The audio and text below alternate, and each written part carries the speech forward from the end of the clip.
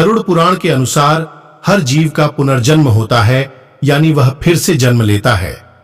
हिंदू धर्मशास्त्रों में ऐसा उल्लेख मिलता है कि जो इंसान जन्म लेता है उसकी मृत्यु अवश्य होती है। गरुड़ पुराण के मुताबिक मृत्यु के बाद मनुष्य को कौन कर्मों पर निर्भर करता है, परंतु क्या आप जानते हैं कि मनुष्य मरने के बाद कौन सी योनि में जन्म लेता है?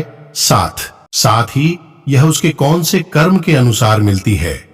यदि नहीं तो आगे गरुड़ पुराण के अनुसार इसे जानते हैं। पुराण के अनुसार दूसरे की पत्नी से संबंध बनाने वाला व्यक्ति घोर नरक में जाता है। फिर वहां उसे पहले भेड़िया, फिर कुत्ता, गिद्ध, सियार, सांप, कौआ और अंत में बगुला की योनि प्राप्त होती है। इन सब जन्मों के बाद अंत में उसे मनुष्य योनि मिलती है। साथ ही बड़े भाई का अपमान करने वाले व्यक्ति को कौंच नामक पक्षी के रूप में जन्म लेना पड़ता। इतना ही नहीं, 10 वर्षों तक उसे इसी योनि में रहना होता है। फिर उसे मनु तन की प्राप्ति होती है। सोने की चोरी करने वाला व्यक्ति कीड़े मकोड़े की योनि में जन्म लेता है।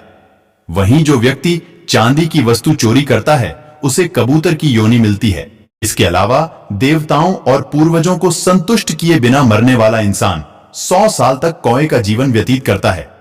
उसके बाद मुर्गा, फिर 1 महीने के लिए सांप की योनि में रहने के बाद उसके पापों का अंत होता है। तब जाकर वह मनुष्य के रूप में जन्म लेता है। साथ ही साथ जो मनुष्य स्त्रियों की चोरी करता है उसे अगले जन्म में तोते की योनि प्राप्त होती है।